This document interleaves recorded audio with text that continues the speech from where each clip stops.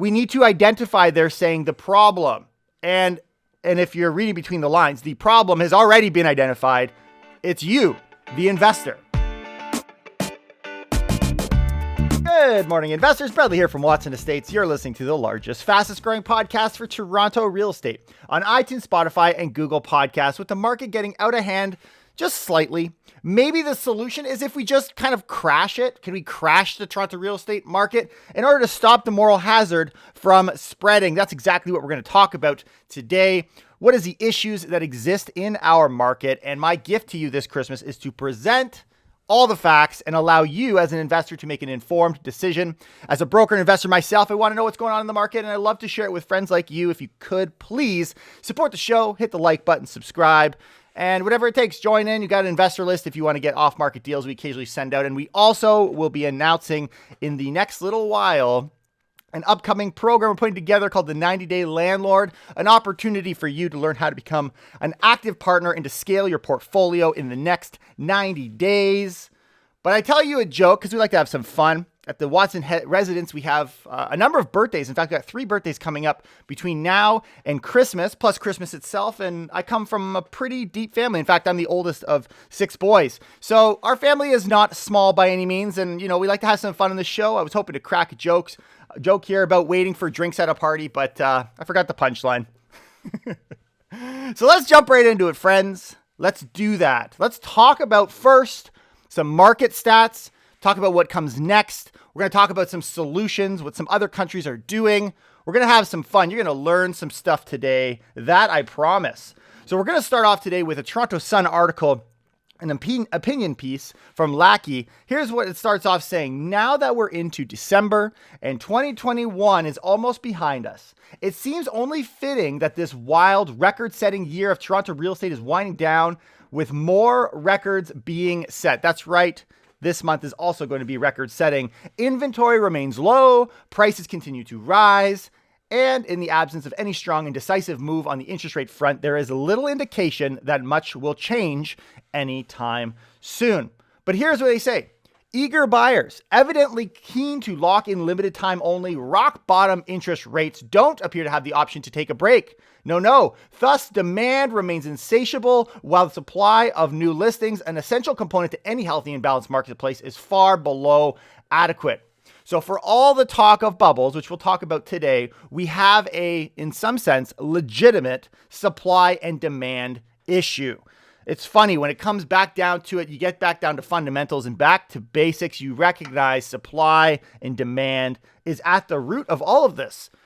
Just as a recap, if you missed some of our November updates, when we look at the stats, we saw sales that are actually the most sales ever reported in November by TREB for the month of November. New listings were for the 6th consecutive months. Their new listings continued their decline. So we have this steady dropping of new listings, a steady rise of the number of sales. In fact, new listings are down over 13% year over year. And price, the average cost of a home is up a full 21.7% from November of 2020.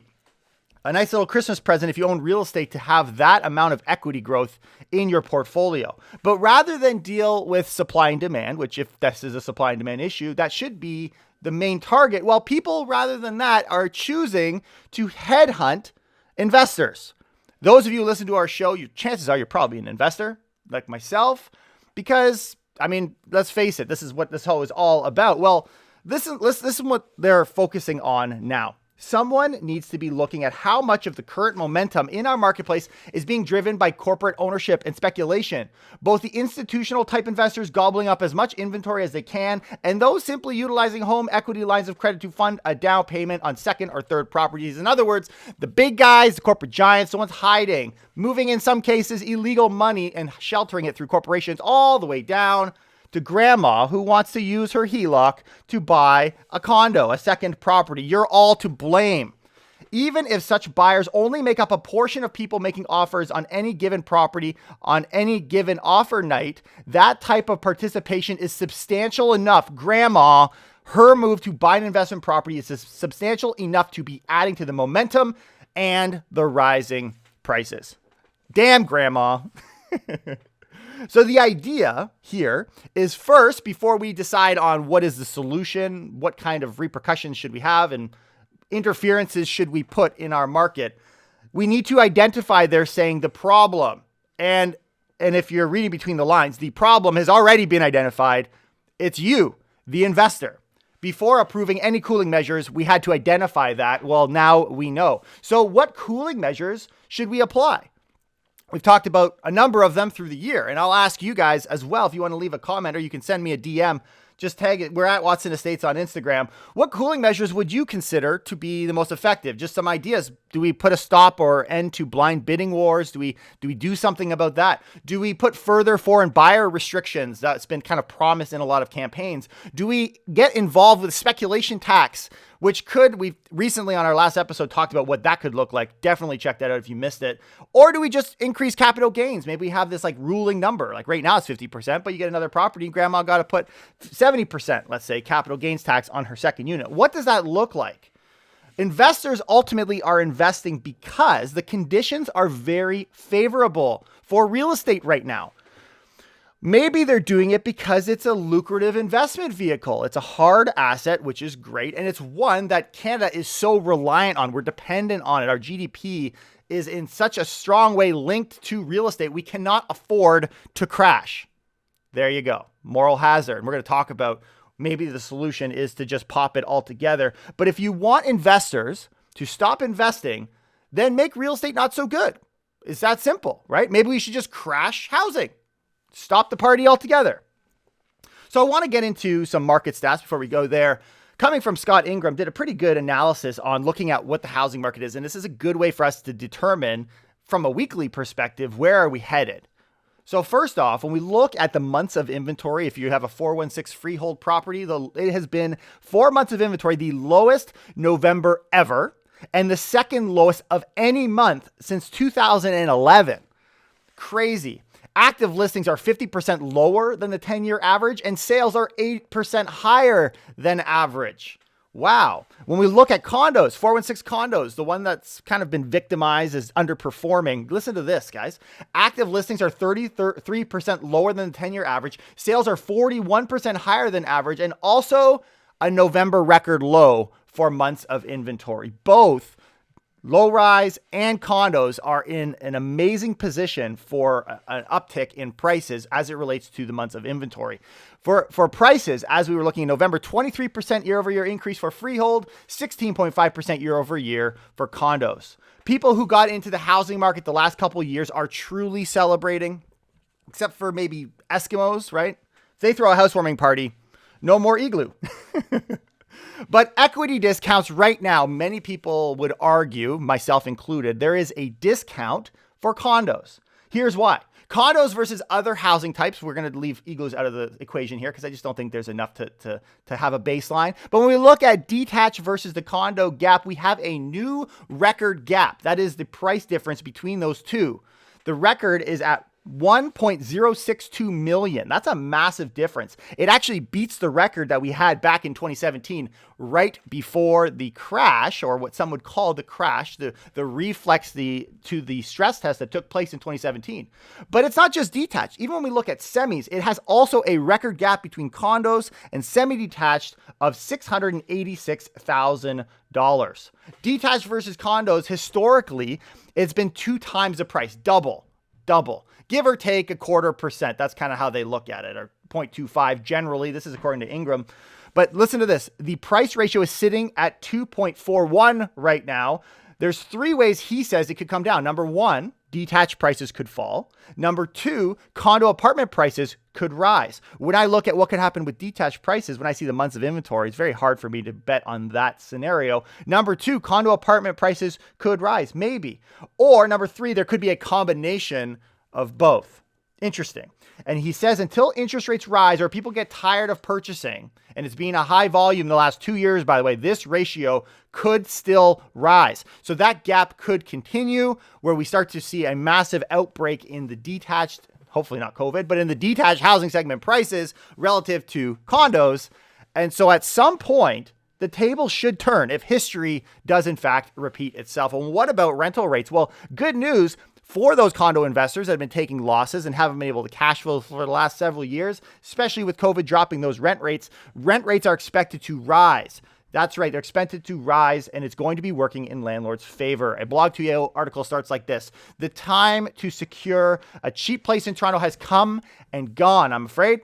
Not that rent prices were ever really, quote, cheap here. Not even after the 20% free fall the market experienced last winter. By the way, I told you prices and rent rates were going to go up. But guess what? They're going to continue. Per the new national rent report from Bullpen Research and Consulting and Rentals.ca, the average rent for all property types in Toronto was $2,300 per month in November this year, 2021, which is an increase of 10% over the previous November. But guess what? We still have room to go. They're forecasting, actually, by the way, in November of 2019, that number was at $2,591. So we're at $2,300. We still got pretty much $300 to go to catch up to where we were pre-COVID. And there was massive growth happening during that time. But tenants are still looking at lower rates right now than they were 2 years ago. But that doesn't mean they say you'll save more money next year. Rent will still go up faster in Toronto, apparently, than anywhere else in the country. I would say a 13% growth, that number taking us back to our record, sitting at $2,600 a month for the average rental. We will see, but I think the factors in place this year are unmatched to what we've seen in prior years. And I do see that number will catch up. So although they see Toronto as the number one location for rent price increases, I think it's going to be more, if anything, than we even expect. But in any case, we don't want to get stuck renting forever, right? We want to buy something. Hopefully, that's the dream for many Canadians. Hopefully that's still the case, except for Gen Zs, which we've found don't believe they could ever do it again. But how much income then, if you want to purchase, is going to be required? The Star.com shares that with us. With the average price of a home in the GTA now well over $1 million, Lair says lenders require a household income of $205,000 to buy the average home.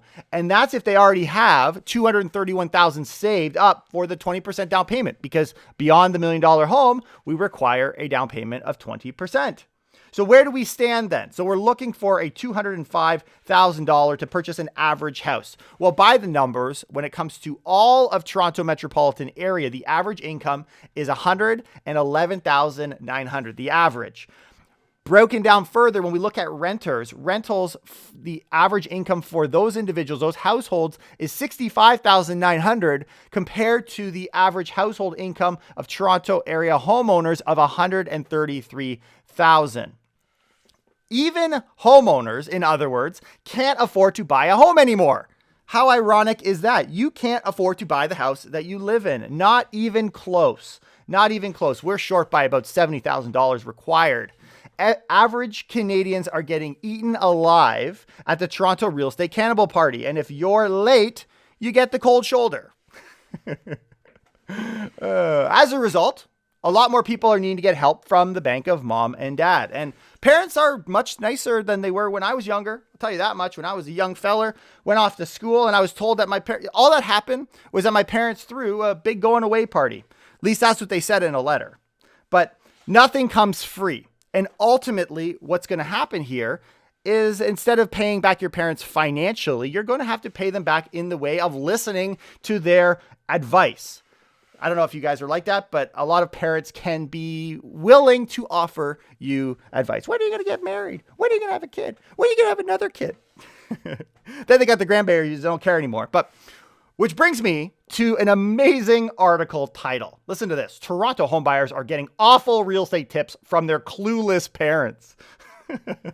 Here's what it says. Real estate experts at strata.com have issued a stark warning. They're like warning young people for anyone who blindly accepts the real estate musings of their trusted guardians, revealing some of the worst parental advice buyers would be wise to avoid. And I have seen some of these, not even necessarily coming from parents, but I think it's funny that because parents are just so important to that down payment nowadays, they're the ones that the information is coming from. So there's 4 examples that they gave. The first one of the worst blunders you can make in a real estate transaction is walking away from a steal of a deal just because your parents can't see past the little things. You know, you thought it was great. Your realtor thought it was great. Both of you did. You, your significant other, mom and dad come and take a look at it. Ooh, what's that like scratch over there? Ew, what's that paint color?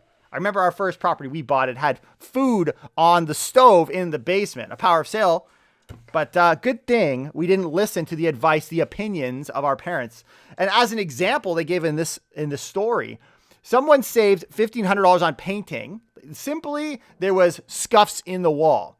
And instead, they said, you know what, we're going to go and find something else. That's fine. I'm sure the realtor was excited about doing that for them.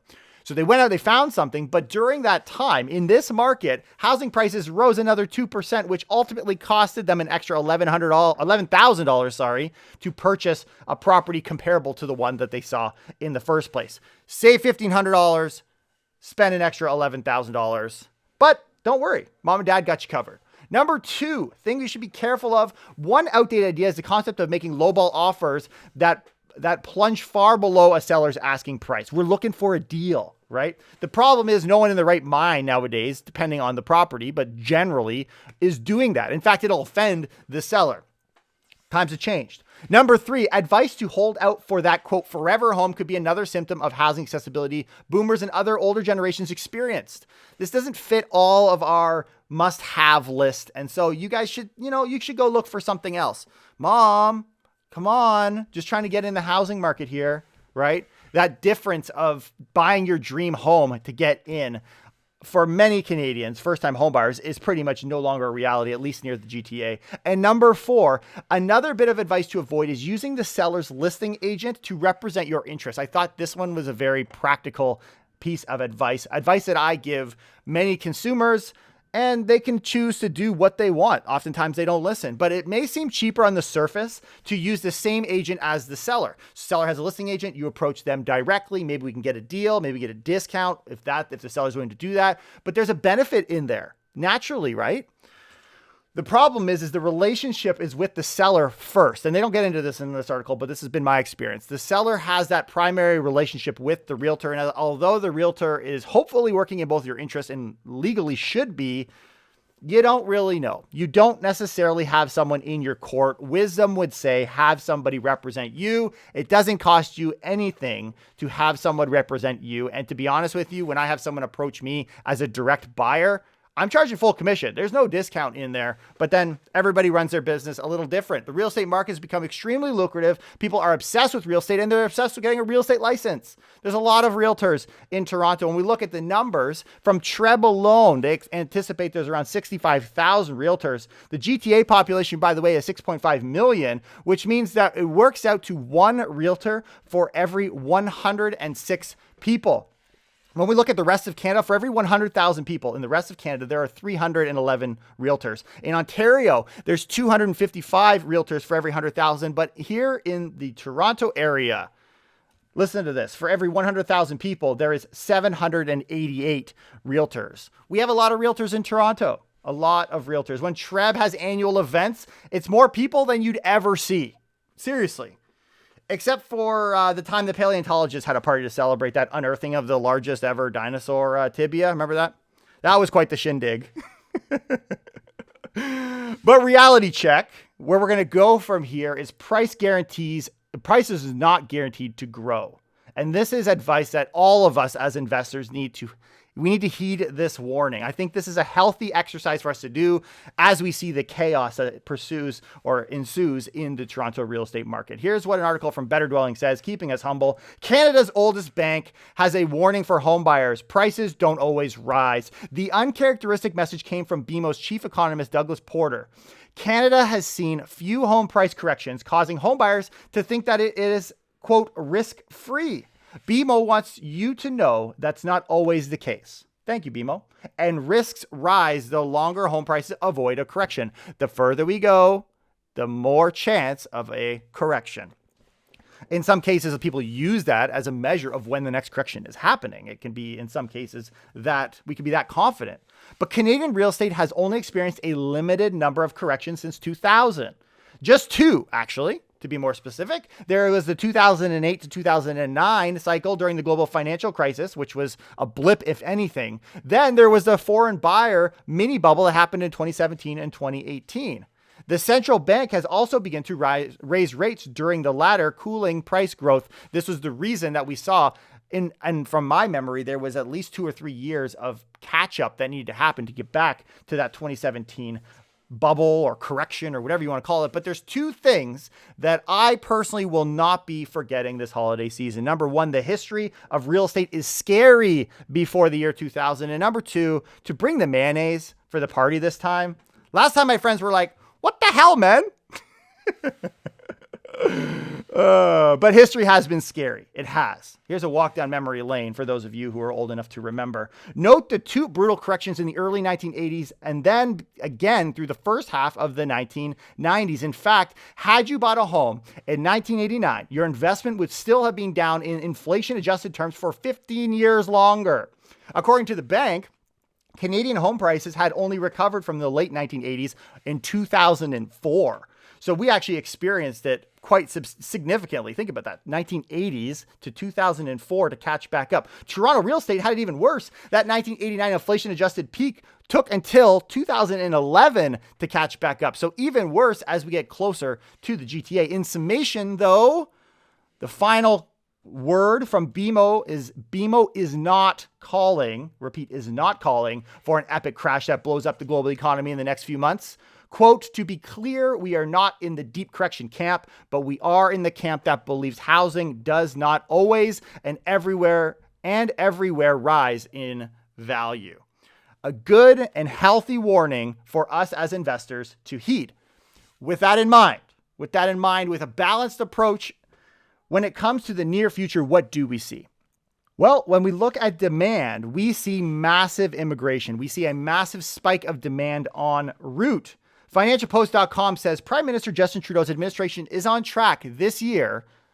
I actually didn't think they were going to hit the targets, but apparently this year we're on track to reach the goal of 401,000 new permanent residents. A lot of them were people who were already here and they kind of kept them. It was a good move. Good move. But they're actually set to revise up next year's target to 411,000. We need the people because we need to fill the jobs. The country's target currently, a lot of people think, oh, immigration, they're taking over, they're coming in and they're feeding off the system. This is the old way to look at immigration. But in a lot of ways, immigration has changed. Immigrants are high-skilled immigrants who tend to bring in money and earn enough to compete for desired housing. It actually works against you. It would have been easier if they were kind of coming in rentals and helping us with on that side as investors. Instead, there's more money. The pot has just gotten so much larger, and that is going to continue. In fact, it's going to rise into 2022. According to StatsCan, immigrants tend to buy in large urban centers like the Greater Toronto and Vancouver areas. And both locals and investors know this. And if you don't, you have not been listening to our show. Quote, right now we are seeing a rush of buyers trying to beat the 2 things that are going to change their position going into 2022, which are rising interest rates. Banks have already started increasing their rates. And number 2, competition from immigrants. But at the same time, we look at supply and we see this very slow and difficult process for bringing on supply. One example of supply coming on is offices converting into condos. Listen to this BlogTO article. One of Toronto's first skyscrapers is going to be converted into condos. Talking about the Edwardian-style Canadian Pacific building at the southeast corner of Yonge and King. A new plan proposes to entirely reconstruct its interiors to replace the current office space with just 67 condominium units. 411,000 immigrants. And here we are excited about converting 67 units into condos from office space. That naturally makes sense. Office space is obviously seems to be not as necessary, especially with maybe entering another wave. But 67 units? And all of this, by the way, comes from, it's among what they say projects that would benefit. There's $600 million earmarked for the conversion of empty office and retail space into the marketing housing that the Liberal government promised as part of their election platform. So we're starting to see that spin off. You're going to start to see more information on offices, retail converting into housing. And there's money earmarked for it. But is it going to be enough? It's slow. We got 67 units. Whoop-de-frickin' do. But the government is stepping in. if you did miss it, I'll say it again. Make sure you guys go back and listen to episode 280. I thought it was a fantastic opportunity for you to hear about how the government is playing with fire. They're doing everything that they can in order to address the housing affordability issues. And there's some really strange and potentially risky options on the table right now. But both provincial and federal governments want to cool things down. BNN Bloomberg is talking about how Ontario is watching very closely the feds to see what they do.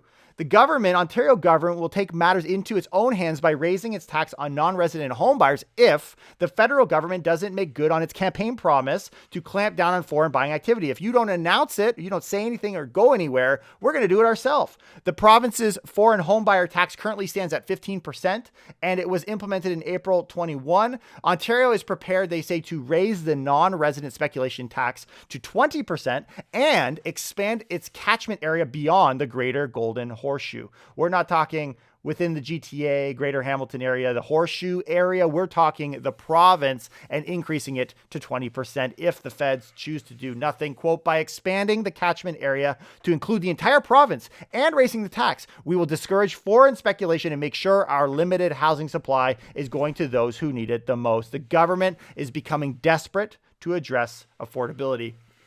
And to take it to its full repercussions, a new idea is emerging. Maybe we just crash the market on purpose. Of course, coming from our friends over at Better Dwelling, let's talk about this. The article is called, Should Canada Crash Toronto Real Estate to Stop Moral Hazard from Spreading? They say maybe. New research from the National Bureau of Economic Research has another solution. Let one fail. Let one fail. This is a suggestion in a new paper called Let the Worst One Fail, a credible solution to the too big to fail conundrum. In the paper, 2 NYU finance profs argue bailouts create more hazard for banks. Is this a solution that could be applied to Toronto real estate? So what is the moral hazard? Here's how they describe it. Moral hazard is created when a risk taker and a sucker love each other so much they have a baby. It's when a party engages in riskier behavior because someone else is responsible. It's not our problem. Let's go for it. Is that an attitude we have in the GTA? In some respects. Essentially, they're suggesting prison rules for banks. F up the worst one to send a message. If any other bank wants to try to abuse taxpayers, they'll at least consider that this might be their last day as they know it. You don't have to screw them all. You screw the big one and the rest get afraid with their tail between their legs. So China might be letting its worst offender in real estate fail already. So this isn't necessarily new. We can take the playbook from China. Oh, China, man. I don't know how Chinese fell for the Communist Party, but I mean, there was a lot of freaking red flags. But as it turns out, China might have already adopted the let the worst fail philosophy for real estate. Earlier this year, Evergrande was considered too big to fail and engaged in risky behavior. As one of the world's largest real estate developers, they felt the state would bail them out in an emergency, and it didn't work out that way. China is smack in the middle of, quote, housing is for living in, not for speculation campaign. Consequently, they decided the controlled demolition of the developer would cool housing. The CEO was forced to sell stock and pay over $1 billion of their own wealth to repay debtors. The company's assets were also chopped up and sold to more responsible players. The next question would be, who is the worst and would send the national message across here in Canada? Toronto. Toronto is the only city in Canada capable of communicating that kind of message. So here's what some other cities are doing just to kind of, I love seeing what's going on outside of the Canadian box. South Korea recently made mortgage borrowing in important cities more difficult. It's harder for you to get a mortgage if you're in a major city. By limiting credit for expensive homes, they're placing friction above a certain price. In some ways, I think we've already done that by having a minimum down payment of 20%. But this is what's going on in South Korea, maybe something that could be copied here. In Wuhan, China, a little known place here in 2020s, recently implemented regional measures to cool home prices. A household is limited to one home and needs to apply for a ticket to buy one, good for just 60 days. If you're caught trying to buy more, your whole household loses its home buying privileges. I wonder if that could ever happen in Canada. Probably not. But to answer the question posed by this particular article, in my opinion, everyone's entitled to their own, and in this case, we're listening to mine. Should Canada crash Toronto real estate to stop the moral hazard from spreading? My vote? No. No, they shouldn't do that. Let supply and demand forces solve themselves, but let's stop screwing ourselves with buffing up this demand pressure and being just painstakingly slow with supply. How about we just do that? Can it not be that simple? But that's it for me today. Party season is full blown here at the Watson residence with COVID. We can't have too many attendees, but without many guests, our house might kind of feel a little spooky. Then again, it is cheaper to throw a party in a haunted house because the ghosts will bring the booze. Like and subscribe to our show if you could, and friends that have lasted this entire episode and I haven't scared you off. If you've been enjoying our show, please take a minute and leave a 5-star review. I truly appreciate you guys who do that. Happy holidays, and remember the reason for the season: eggnog and the birth of Jesus. Have a wonderful day, guys. I'll talk to you soon. Take care and keep it real.